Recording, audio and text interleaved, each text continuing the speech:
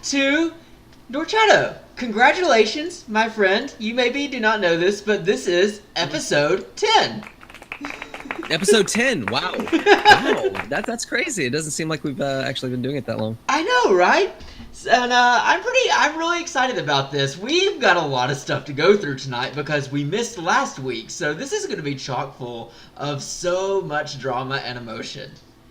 There has been a little bit of drama on the Overwatch side, but not a whole lot of actual news. So I'm looking actually forward to what's been going on with Heroes and for you to catch us up. I heard there has been some definite drama going on.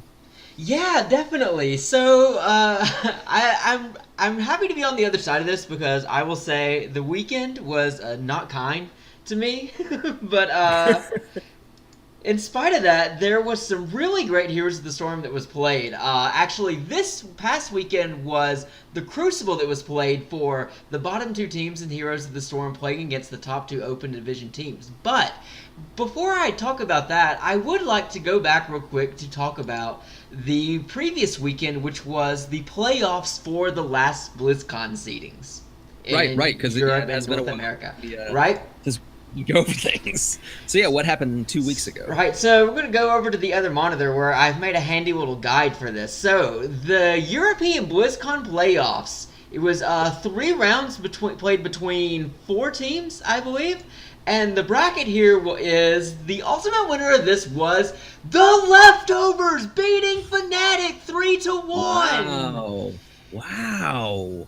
So so who saw that coming? It started with Method beating Granite pretty handily 3-1, but then Leftovers beat them 3-0 in the next round, and I mean won dominantly too. Had a 4-level lead one match, a 3-level lead match the other. They sunned Method 3-0. Wow. And so going into the grand finals, coming up against Fnatic, Fnatic took a game, man, but again, Leftovers made it look easy. Just the dark horse coming. They are hungry. Going to BlizzCon, all of them, for the very first time.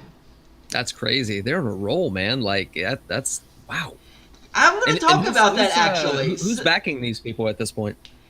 Let me get to this. So the Leftovers, they ended phase 1 of the European split. So like before the summer, they ended the first phase 2-12, last place. They defend their spot in the Crucible, and they drop one guy down to the Open Division, and they pick up Mopsio as their tank.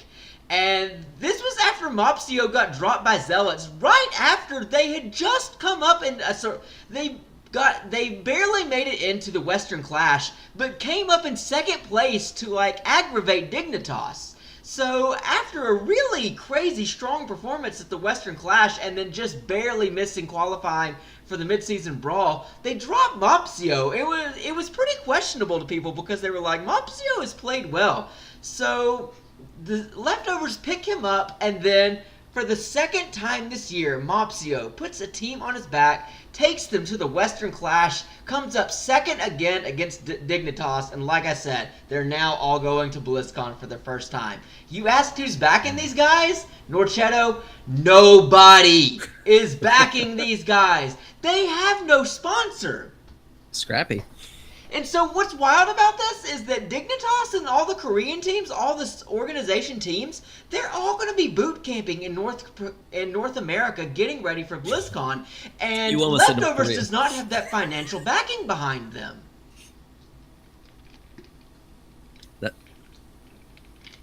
So Leftovers may get stuck sitting behind in Europe, having to scrim against the scraps to prepare for BlizzCon unless someone picks them up and sends them over there, or unless we get a GoFundMe going for these boys.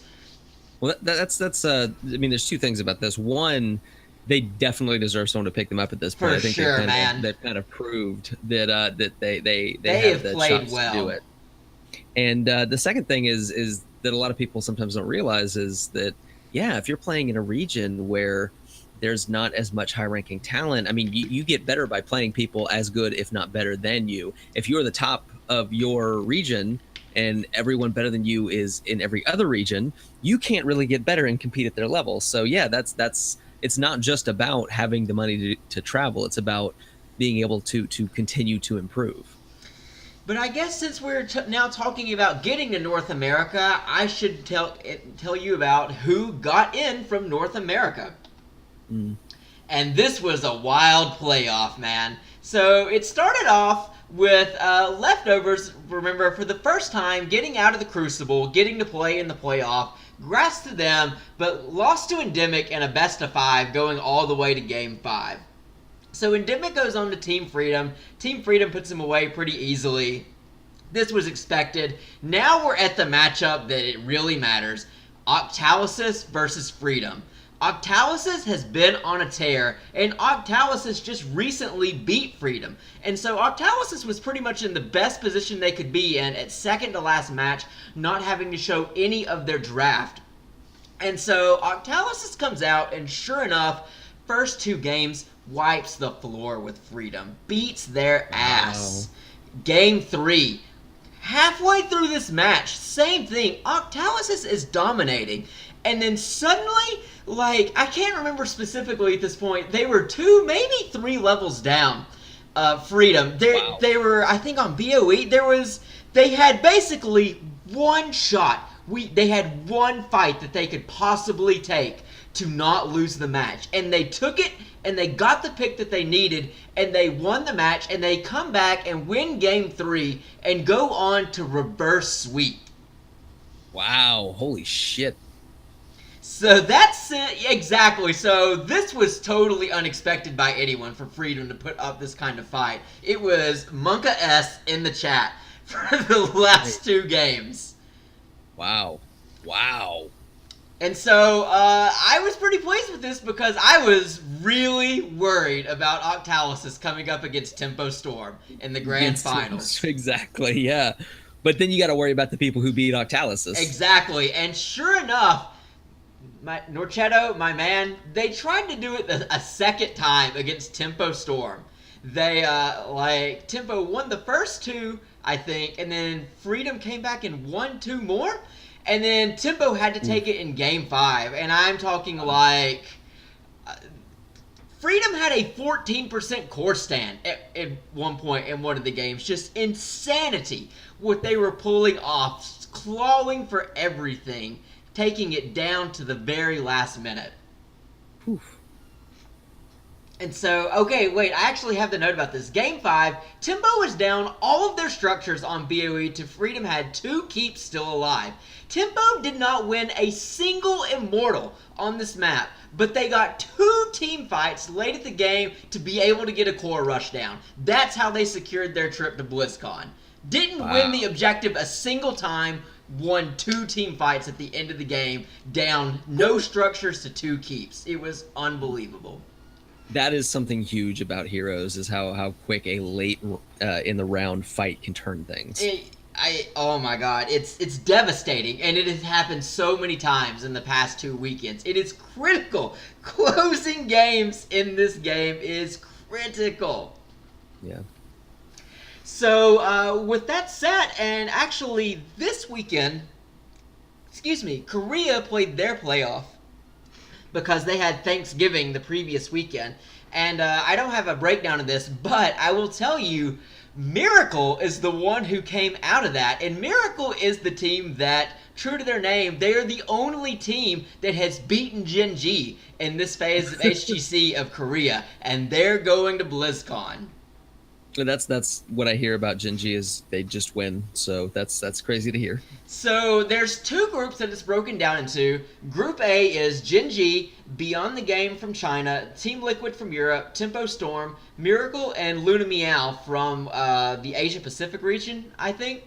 And then Group B is Dignitas, Heroes Hearth, Tempest from Korea, The One from China, Leftovers, and Mind Freak from AZN. And so they play a round robin through the first group, through the first couple of days to decide who goes on to the round of 16 that is actually at BlizzCon, like during BlizzCon weekend. And so these matches start, it's Thursday, October 25th, 12:15 Eastern. But, so, that is the top of the HGC. As I was telling you, this past weekend, the other end of the ladder played in the Crucible. And so, starting off in the European Crucible, the teams that were playing were Monkey Menagerie against the E-Punks and Roll20 against Holy Bananas. And so, there was actually... So, E-Punks was really favored all through Open Division. They beat everybody pretty handily, and that's because they have a roster of 3 former pros and a strong Open Division player and Sonic LeBeast, who was the number 1 GM player through Phase 1 of, on the in-game ladder. And he subbed for Fnatic at the Clash, I think it was. So there was a lot of potential on this team, and they actually beat Holy Bananas in the Winners Bracket Finals, but then Holy Bananas won their way back up into the Grand Finals to beat them out in the Grand Finals to win the playoffs and get to choose their opponent. And they chose Roll20, who was actually ranked above Monkey Menagerie. But so, these are the teams that played, and the winners were E-Punks. 4-0 over Menagerie. Spanked them. There is new blood in HGC Europe. Wow. 4-0. And then going on to the next one, Roll20 versus Holy Bananas. Roll20 clutched it out in Game 7, 4-3. I'm going to talk about each of these games individually real quick. So... Monkey Menagerie, E-Punks beating Monkey Menagerie's 4-0. It was a stomping, and so, like I said, E-Punks were the favorite Open Division team all season long because of all the guys they had playing, but this match is actually really interesting, and there is some backstory beef, and that is that the support player for E-Punks, Grandpa KT, he was previously on Monkey Menagerie, and was dropped after Phase 1. And the rumor mill is that it was because he wanted to get more serious and be more competitive in the league, but Monkey Menagerie was previously Tricked Esport, and Trick dropped them partway through the Phase 1 series. So when they lost their sponsorship, it suddenly became a lot harder for the guys to put in the time that they were needing to put in to play competitively. Like, they're now needing to, work side jobs or, work on their streaming game to be able to supplement their income that they no longer have from a sponsor organization. And some of these guys are in school also. So basically, they wound up just putting in kind of the bare minimum of practice that they could in a week to play at the end of the week, in the weekend, and they kind of got stomped all phase for it. But so, yeah, it's so because of this, there actually was a lot of people that all this phase were really hoping that, because they were seeing the E-Punks were doing well and everybody knew the guys that were on the roster, everybody was really hoping that E-Punks would play Monkey Menagerie for a revenge match because of basically, here's a team of pros that are busting their ass in the Open Division trying to get in, and here's a bunch of guys that are putting in barely a practice session. So a lot of people felt that Monkey Menagerie deserved this. I don't know that I feel that strongly about it, given what I said. There was kind of an extenuating circumstance. But that said, the scoreline being what it is, actually, Monkey Menagerie had Game 4, and they wound up losing it after they were on Sky Temple, I think it was, and they had the bottom keep down, were moving into the bottom, had a multi-level lead over E-Punks, and then all of a sudden, they paused the game. And it was a pretty long pause, and I found out after the fact it was because Alex, their offlaner, who was the really popular streamer that plays for them, he apparently got food poisoning and was playing in this match with food poisoning, and he had to pause to go vomit at this point. God. But they come back from the pause, they still have their advantage, they don't get the core in that moment, but they wind up a few minutes later, they lose a team fight, and that costs them a keep, and they lose another one, and they wind up losing this game that was in their game, it was in their hands to win. And this really weird incident happens, and 5 minutes later, it's gone. Man. But that's the thing, man. That's the thing about having subs in case someone does get freaking food poisoning, right? Right. Man. So Monkey Menagerie is out of Europe, and the E-Punks are in. And it's a lot of people are really excited to see what they're going to do. But I'm going to go on to the other one that was Roll20 versus the Holy Bananas. And so, like I said, this was pretty interesting in that Holy Bananas picked Roll20, the higher ranked team of of the two. Like, they could have picked Monkeys and, had an easier way in. But what a series, man. Holy Bananas actually won the first 3 series pretty handedly. But, so, in going into Game 4, Roll20 clutched it out, and they go on to get the reverse sweep. And Game 7 of this, it was on Towers of Doom, and it was so painful to see for Holy Bananas because a number of these guys have, this is their second or third Crucible in a row that they've lost. And the way that they lost, being up 3-0 and then just having the next couple of games slip through your fingers with, again, just some critical late game death that made them unable to contest an objective that winds up being their downfalling. How many times can you deal with the same? Just almost making it, almost making it, almost making it. Right, and so, apparently one of the guys, kid's name is Earth, and apparently this kid, he's legitimately a kid 17 years old that was playing for these guys, and was really hard on himself after it was I lost my team this series, and it was pretty cool to see there was actually a number of the pro players that, reached out to him on Twitter and were no, dude, you were totally fine. You can't take that on yourself. It was such a tense and clutch series. It was mid-season brawl style Heroes of the Storm for real. Wow. And so Game 7 was on Volskaya, and what was really crazy, I totally forgot about this, but for this note, at the start of Game 7, one of Holy Bananas' players completely disconnected from BattleNet, and they weren't even sure if he was going to come back. Wow. So yeah, exactly. You're the game. It's one game to see are you going to be a professional Heroes of the Storm player, and one of your guys winds up disconnecting and disappearing. And so the Holy Bananas they had wind up with a 3-level lead over Roll20. They had total map and item control, and again, they had 2 critical late game losses in a team fight, and they lost the Tree Glot Protector twice, and that was what let Roll20 close out the series against them. Wow, all 7 games. But I discovered today was some more interesting backstory about this I'm going to get to in just a minute. I'm going to talk about the North American Crucible real quick. Yeah, go for it. So the North American Crucible was played between the teams No Tomorrow and Psystorm Gaming and Simplicity versus Scythe Esports.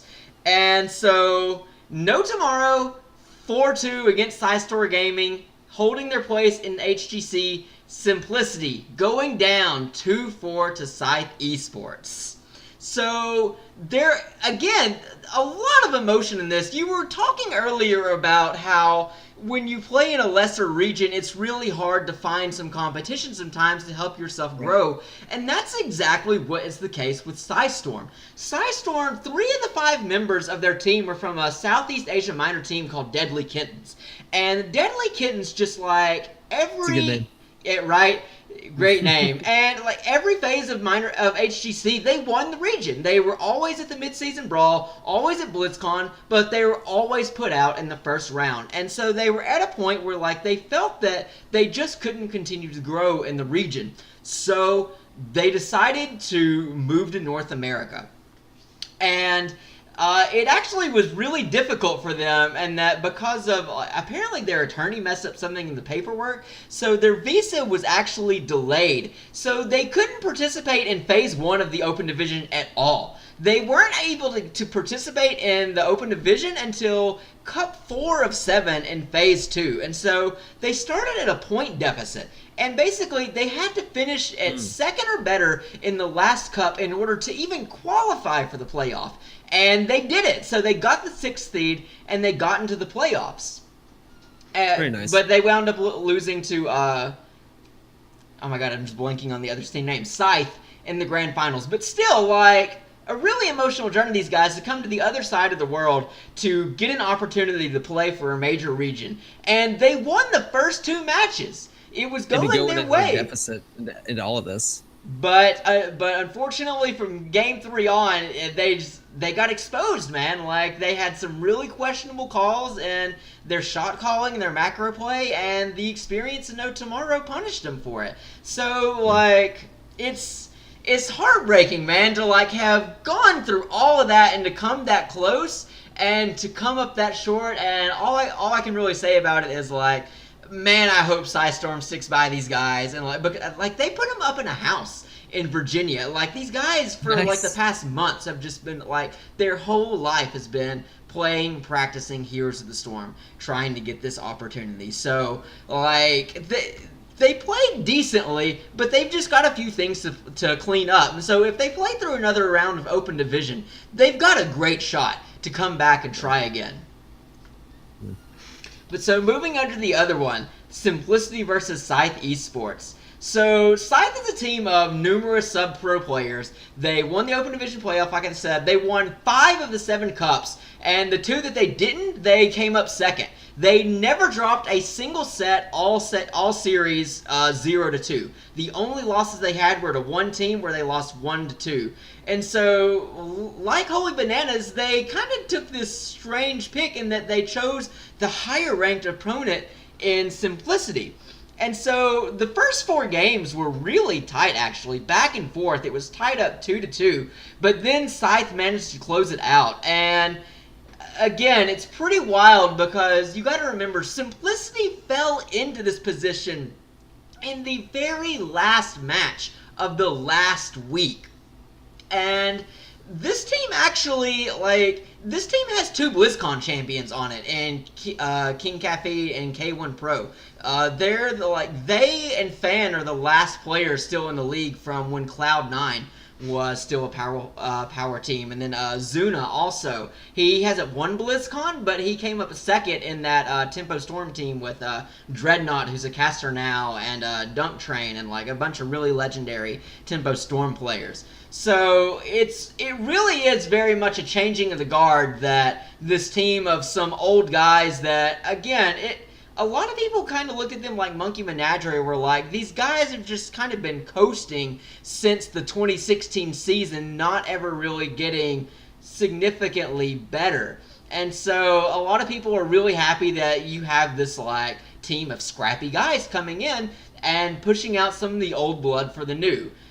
Possibly. Actually, disruption, yeah. Like, actually making the people who may have fallen into a rut of, yeah, we know where we're at, we know we're going to stay here, actually have to work a little harder. Now, I say possibly, and I'll say why in a second, but first, I want to say, so, again, this was weird in that, so Simplicity had been slightly better than No Tomorrow this phase, but they had kind of a past few weeks, and No Tomorrow had a pretty surprising dominant win over Endemic. So, Scythe picking, or not Scythe, I'm sorry, no, Scythe picked, yes, Scythe picked, shit, I'm totally blanking on all of this, it's just getting crisscrossed in my head, Simplicity. But, so, something that with the Holy Bananas matchup, though, that happened in, Europe, it was released today that apparently, like, the rumor mill is saying that the reason that the Holy Bananas chose to go against Roll20 is that one of their players and one of the players from Monkey Menagerie exchanged scrim data from playing against these teams, so like to give each other a competitive insight against the team that they would be playing against in the Crucible matchup. And actually it's pretty damning in that in it was either map 2 or map 3, Roll20 had picked a couple of players, and then out of nowhere Holy Bananas bans Samuro, Samuro is a specialist that is, he's really good at murking, he's really good at split pressure, because he's the mirror image character that makes 3 copies of himself that you can control. Right, yep. But he's not played all that often, and Roll20 hasn't played him at all this phase. And more specifically, the strat that they had planned for this was that their support player, Shad, would play the Samuro, and Quacknix would play the support Malfurion.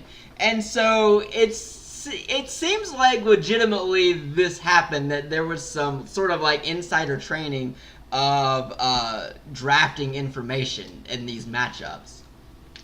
That's really actually funny you bring that up, because that is something in the last couple of weeks that has been brought up in Overwatch, is that exact same thing of You're teams kidding. that have already played each other, taking their and sharing scrims and things like that with other teams, so they can both better prepare for future teams. And from what I hear, it's a very common problem, and it's not limited to esports at all. It's just in any kind of like competitive sport that is apparently a kind of dark side to it. And yeah, we are not immune. Apparently, that's funny that it's happening in Heroes, because it's definitely happening in Overwatch. Right, but I will say the community gives this perception, and I kind of get it also.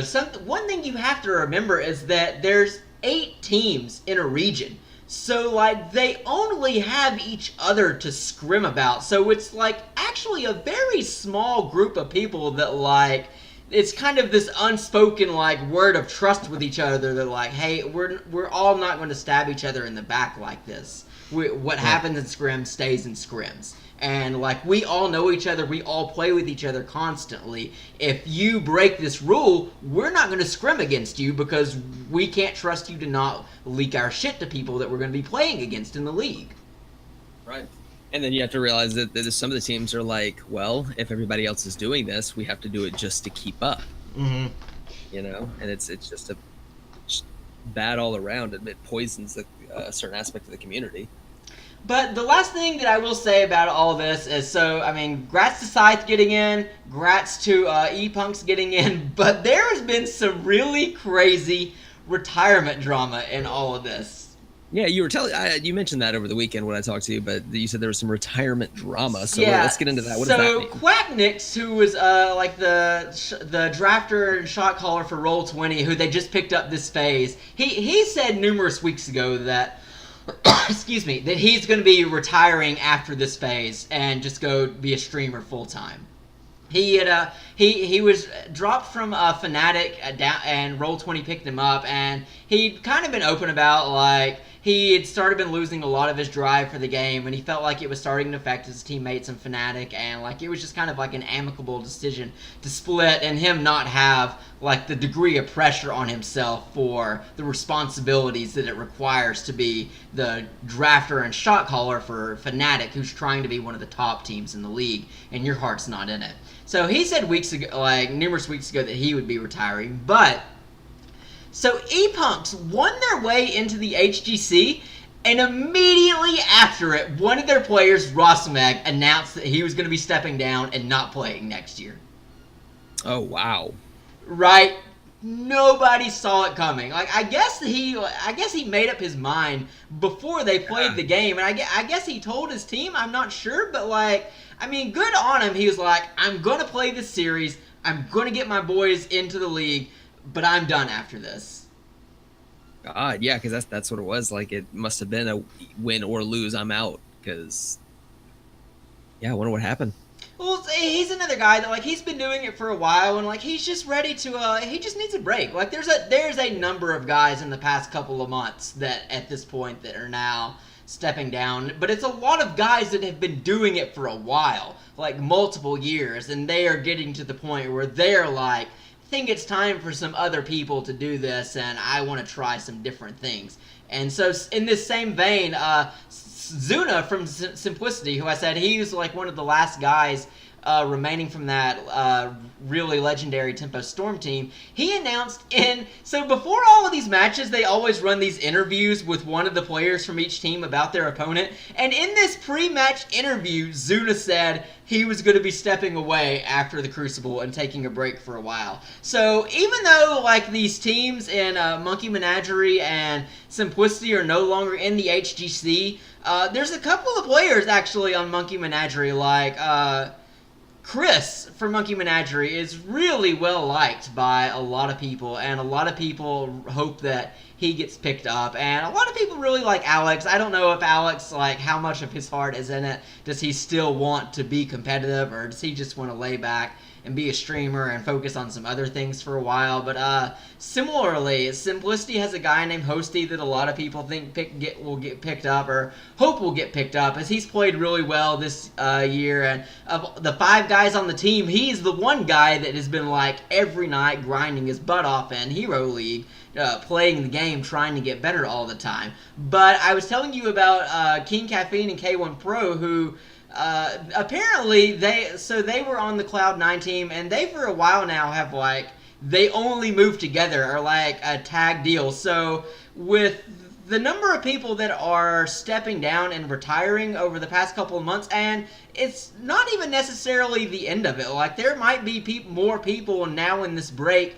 leading up to BlizzCon, and especially after BlizzCon when Roster Apocalypse really starts, that will say they're stepping away, that even though some of these guys are out from the Crucible, we may very well see them get picked back up through essentially free agency to be playing in the league next year. I got you. Wow, okay.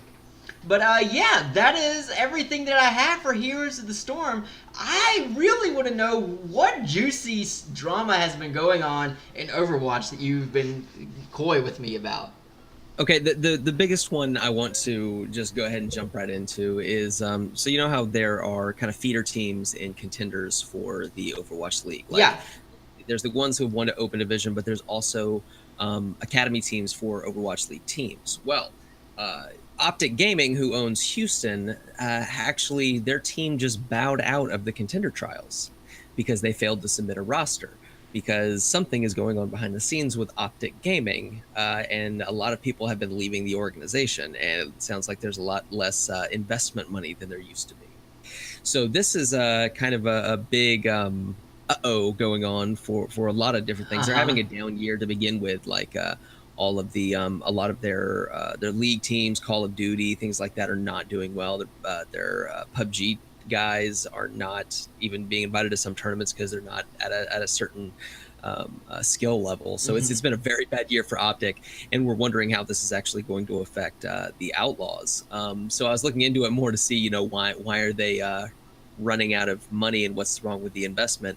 And I found this lovely bit of information. So Optic is also owned by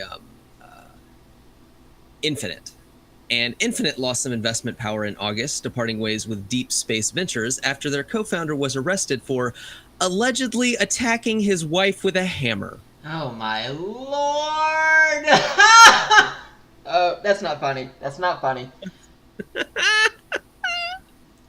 It's absurd. It's absurd. Yes, I will stick with you there. But yes, allegedly attacked his wife with a hammer. So yeah, it's been a rough time for Optic Gaming. It's there's probably going to be some more bad news before we hear the end of this. With the commitment to spend for an Overwatch League team, I don't see Houston like anything major going on with the team. Yeah, I was about to say, like, so obviously we wonder how will this affect the Outlaws, but I don't really know. But I thought that, like, I know that the teams that were here in this inaugural season, like the ownership organizations, like there were contracts. They had to buy into like a commitment, right? Like they're supposed to be establishing stadiums. Like there's a lot of things that came on. Like this isn't just like a one-off venture fronting an Overwatch team. Like I don't know the exact time period. I assume something like 5 years or something like that. But there was a $20 million buy-in, and that's a $20 million intent to spend. So you're putting up a certain amount of money up front, and then more in the coming years to spend for development of this franchise. Yeah. So yeah, and with the people who have been interested in buying teams, I could even see it would be really interesting to see Optic have financial problems and need to sell the franchise, and what would happen if for the first time we had a franchise actually move cities. That would be it would solidify us as a real sport. Now we are now real sports for real. And then we would get the I don't know, like the Seattle Outlaws, because why would there be Outlaws in Seattle? Well, because they were originally the Houston Outlaws. And it would be But really I now more and more like really want to actually find this contract language, and that like I feel like Blizzard has suredly, I guess they're not the ownership organizations. They are not necessarily in the branding of these teams, but they sure are marketing the branding of these teams. Like they have some investment in the identity of these teams at this point. Oh yeah, they definitely have to do approval of all of the marketing, and they're heavily controlling in a lot of these franchises. But yeah, so a little bit of drama going there with Optic.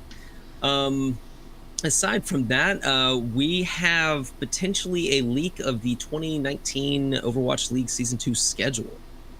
So that happened yesterday, actually. This dropped. It was from, I believe, a Chinese site. It's always a country. It's either in Asia or in like Eastern Europe that does this, right. And it's deleted like 15 minutes, but nothing is ever gone from the internet. Exactly. So they're saying that, last year it was early January. The preseason was in December, and the season started in January. This is saying, and this coincides with a lot of reports I've read, that it's actually going to start the 15th of February. Oh, so moving back. Backing it up into February, which I don't want to wait longer. But so that actually is, like I said, confirmed by other corroborating reports saying that it was going to be moved back a little bit. So does that mean that the preseason is moved back? Does that just mean that there's just like a 3 to 4 week break between the preseason and the start of the season? I'm going to assume that we're going to see preseason in January instead of December, but as of right now, we don't know. Like, I'm just not sure. There are still going to be 4 stages, 5 weeks at each, 28 matches per team instead of 40 as it was in Season 1 because of the new teams. That is the grind, man. It's a lot. The new additions that we talked about before, Paris, Toronto, Washington, D.C., Atlanta, and those go to the Atlantic Division, and then Vancouver, Chengdu, Guangzhou, Hangzhou to the Pacific Division. First place in each division qualify for playoffs, followed by next 4 ranking teams, regardless of division. This means that 2 more teams will qualify for the playoffs and a wild card round after the regular season. Oh, cool. So that should it gives us a little bit more excitement. Each week, a team can play anywhere from 0 to 2 matches. So some teams might have a week off. Mid-season breaks will be longer.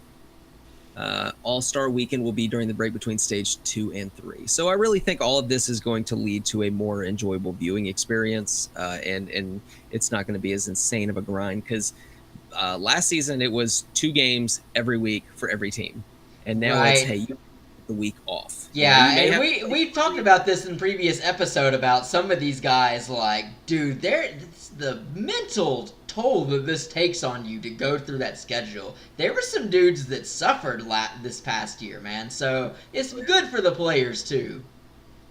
Yeah, absolutely.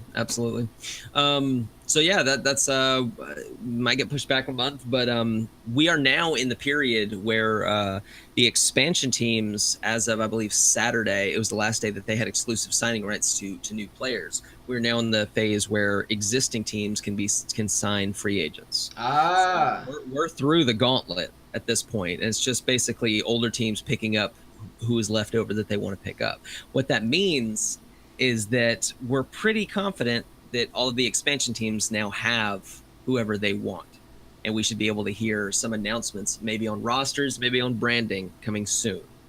Hopefully before BlizzCon, which we are quickly approaching. So yeah. Oh, and speaking of reveals, there's been 2 very interesting things that have popped up. One is that the Atlanta team has finally unveiled their Twitter account. It is no longer private. They have come out with a lot of red and black branding, which we were all kind of expecting, and official branding yet, but there is some activity there, so that's good. The other one is actually a leak through the trademark office for one of the Chinese teams, and the Hangzhou, I believe is how you pronounce that, team. They have registered the name the Railgun. So the Hangzhou Railgun. I have to see this logo immediately. Right? Like, I want to see this so bad. Is this a thing in this city? Are they pioneers of this technology? What is happening here? Okay. So there is logic here. So the company that bought the spot is called Bilibili, right? And Bilibili it's from what I understand, it's kind of like YouTube mixed with Crunchyroll. So like a lot of I'm sitting here thinking to myself, I've heard of this. So a lot of anime streaming. It started out as like an anime sharing site, and it just kind of blew up, and now it is a very, very big moneymaker in the age of streaming media. But they are named Bilibili, which is after the nickname of a character in a pull this up real quick, an anime or a manga called A Certain Magical Index. And in A Certain Magical Index, there is a character that has their own spinoff, and the spinoff is called A Certain Scientific Railgun. Oh my god. So we now we're here. So this was just a small anime sharing site that named itself after a nickname of a character that gets a spinoff in an anime, and it is called A Certain Scientific Railgun. So they are now the Railgun. And I agree with you. I need to see this logo as soon as possible. Which I swear to you, halfway through all that, I still was totally on board for. It's just a web. It started off as an anime sharing website, and now they're pioneering mass driver space launch technology. They're building Gundams. Exactly is what they're doing. Yeah. But no, it's I know nothing really about this story, but something about a railgun. Yeah. So I'd expect to see a lot of like electricity being the backing of their logo and everything like that. But beyond that, I mean, I don't really have a whole lot beyond that.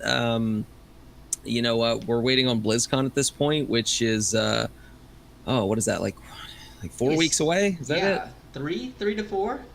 3 to 4 weeks away. Yeah, this weekend. And I know we have we have a lot of events coming up, so it's gonna be a crazy time. But just as a reminder, that's going to start the finals for Worlds in Overwatch, and that's going to be between South Korea, Finland, U.S., Canada, China, Australia, France, and the UK. Oh, is that starting early though? Like Heroes is starting on that Thursday with their round robin thing. Does Overwatch have to do this, or do they just start on Friday? They just have the round of 16, right?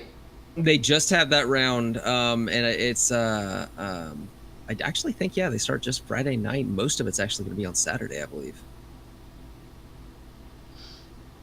So yeah, I should be able to get to see a lot of that. And I'm looking forward to at BlizzCon. We should be hearing about the Hero 29 too. So they just revealed the new hero in Heroes, right? Yes, they did. They actually just today released Mal'Ganis, who is. This is now, he's a warrior, and so this will be the third time this year that Blizzard has released a warrior for the game, and it can't actually main tank. It just winds up being amazing as a solo laner. So we will now have the next hero to finally dethrone Yrel and Blaze as the #1 off laners. How do you feel about that? I messed around with him on the PTR today. He has some tankiness to him, like. Even though, being a Nathrid's, it's a Dreadlord, right? Mal'Ganis is a Dreadlord. Yeah. And so, actually, what they are really known for is vampirism and, healing through attacks that they do against other people. But he has an ability, and through his talents modifying some ability, he's able to put up some physical armor on himself so that he's not just dependent on the health leeching from his attacks. Hmm.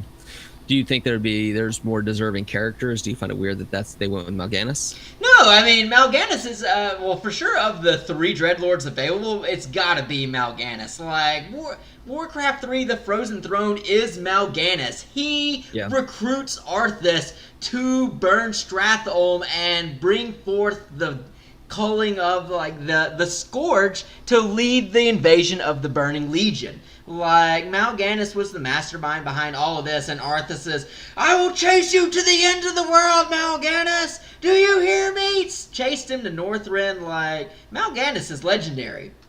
I mean, you bring up very valid points, but if I understand it correctly, there has not been an Overwatch character this year. There has not been an Overwatch. I'm aghast. And I really am too. Like, I am surprised that we've gone this far. And so, granted, they have slightly slowed down the hero release schedule this year, where last year they were releasing a new hero every 3 to 4 weeks. Like, once a month there was a new hero. And at this point, we're going to be at like 8 new heroes for the first 10 months. But they've interspersed a lot of hero reworks in between, stretching out some of the new hero releases, but I thought for sure that by this point we would get an Overwatch character, and I will be very shocked though if we exit the year without getting an Overwatch character. Like, last year, Overwatch characters got a lot of hate because a lot of really good Overwatch characters were added to the game last year. Like, Genji is still, like, I think he might be the one hero in the game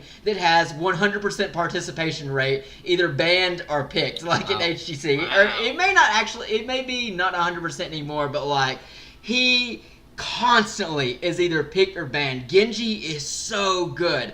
Hanzo on his release wasn't great, but they buffed him a little and moved to talent, and he became amazing for a number of months. And I just like the lore possibilities of things like Genji versus Illidan. That just sounds fun in my head. Yes, exactly. And actually, the guy that does Warcrafts and Starcrafts and like all the little Blizzard animations, he does one for Heroes of the Storm called Hero Storm, and one of the running gags in this series is Illidan and Varian and Genji. Because they each have an ability that, Varian and Genji have abilities that are deflect and makes them, like, invulnerable for a certain amount of time, and Illidan has evade, so, like, he doesn't take damage while he's evading, and so it's kind of a running gag in the series that they'll show up in fights, and not actually fight anyone, but just, like, just, like, deflect anything around them. So, and there was one particular episode that, like, Illidan and Genji, like, came up against one another, and they just used their, like, evade abilities instead of attacking each other. Yeah. But, yeah, so, and then Tracer also is one that is, like, but she's just like a gnat, man. God, she's so frustrating to deal with. So, Don't like, I know it. Yeah, so exactly. So apparently in the MOBA genre, like, mobility is just a crazy powerful thing, and a lot of these characters are very mobile. So Overwatch got a lot of hate last year, and like whenever like there would be the monthly polls of who do you want next, there would always be an option of like no Overwatch at all. That would always be like the second place picked one. Feels bad. The hate wasn't as deserved as it was. Like, there was a lot of OP characters, but I love the element that these characters provide in Heroes of the Storm. There is nothing more hype in the game, in my opinion, than, like, a Divine Shield Dragon Blade. Or, like, even Genji's X Strikes and, like, the level 20 resets and how he can totally reset his health bar or, like, escape a bad situation. It is lit as hell when Genji goes in on something. So I know we've talked a little bit about the potential of the next Overwatch hero being Reinhardt, but besides Reinhardt, is there any other hero that you would like to see added? Well, the only character that I actually play worth a damn in the game is Mercy. That's not totally true. I'm okay at Hanzo. And, oh wait, I'm supposed to be a Junkrat main now anyway after getting play of the game this past week. Junkrat main. I'm going to be a zoning main in Overwatch. But, Reinhardt is the one that I would like next the most. And Reinhardt is the one that most people in the community, I think, want the most and are expecting the most. And, like, a big part of that, though, is, as I told you, this will be the third warrior that is added to the game this year, and none of them are main tank capable. And so, the tank players want a new main tank.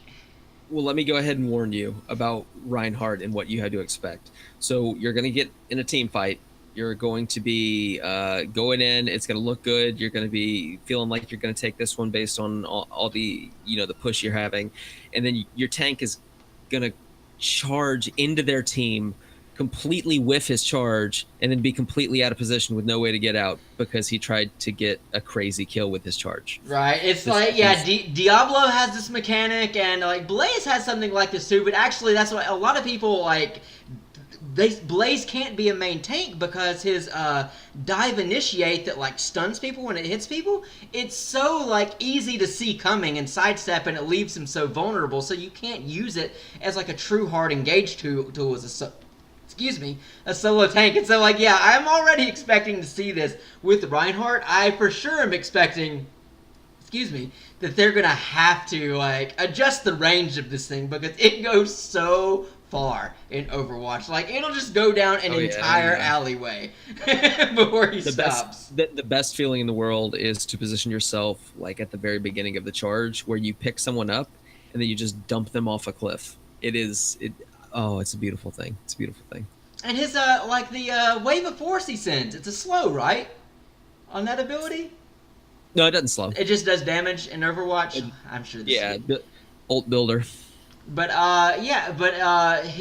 his ult is awesome as a like team fight tool, and a lot of people really want to see his shield mechanic of just like blocking the projectiles from a Kael'thas or a Li Ming from coming into your team when you're trying to defend a point. Like, a lot of people are really interested to see that utility brought into the game. Yeah, it would definitely provide something interesting, something that is very fundamental to Overwatch that you don't really get to see a whole lot in Heroes. Right, so it's really hard for me to figure out because now, so Mal'Ganis today, and so Blizzcon is next month, and pretty much everyone is expecting a double announcement. Most people are expecting Orphea from the comics to be one of the characters announced. If she's not going to be the next playable character, she is at the very least involved story-wise in the introduction of this character, whoever it's going to be. But a lot of people think it's going to be a double release, so the fact that there hasn't been an Overwatch character, could one of them, the one that's not Orphea, be Overwatch? Could it be Reinhardt? Because it would be the fourth warrior this year, but like I said, none of them have actually been a tank. So, like, I really am interested to see, is he going to show up in a BlizzCon reveal at this point or not? Yeah. But then I'm also wondering, well, okay, so there's been 2 supports added this year, and then 3 assassins. So if it's not Reinhardt, then what? All that's missing at this point is essentially an Overwatch specialist. There's no Overwatch specialist in the game. Like, specialist isn't about to be a thing anymore, but like someone that brings some unique sort of utility, like something like a Sombra would be like the Heroes of the Storm specialist concept of an Overwatch character, in my opinion. So I'm not sure if we will see some sort of character like that to try to round that out, but again, with most people expecting a role rework to be announced at BlizzCon and specialists no longer being a thing, then it's just, it's just assassins or healers, supports, tanks, or bruisers. So, but I'm really excited to see what comes out of it. Yeah, for sure. Like, I'm really pumped for BlizzCon this year. Oh, the other thing that's really interesting about it, I was mentioning to you. So the skin that's coming out with Mal'Ganis, it's the 3rd skin in a row. He's now the 3rd character in a row that his gem-only skin that he releases with seems to be in this Eternal Empire metaverse of Heroes of the Storm. And so we still at this point don't know what is the coming threat that the Raven Lord thinks he is going to have to fight off. And so, 3 in a row, maybe Blizzard is just like having fun with this like concept, but that seems a little not coincidental to me that they would do 3 in a row like that. So I'm really kind of wondering now, like, is this going to be rolled into this? Is the Eternal Empire coming and this new metaverse is about to be unveiled at the end of the year? What are you doing, guys? So yeah, I'm pretty hyped for BlizzCon. We'll see what happens. Yeah, I'm excited. Well, that being said, actually, guys, we will not see you guys again until BlizzCon. We're just going to take a break because there's not going to be any matches played until BlizzCon happens in a few weeks. So we're going to spend the time, go through the videos, plan what we want to do for you guys for the BlizzCon video and the ones that come after it. So, again, thank you for tuning in to episode 10. It's been a really fun adventure so far, and we hope to see you in the future episodes at BlizzCon. If you want to see us online from here on out until that time, you can find both of us on Twitter at our handles Sigma is Greater and Norcetto. YouTube handles the same, and Twitch channels the same. See us playing some video games some nights. Watch us grind the ranked ladders. Oh, it's awful. I love it. I love it so much. So, until next time, guys. We'll see you then. Have a good night. Thanks.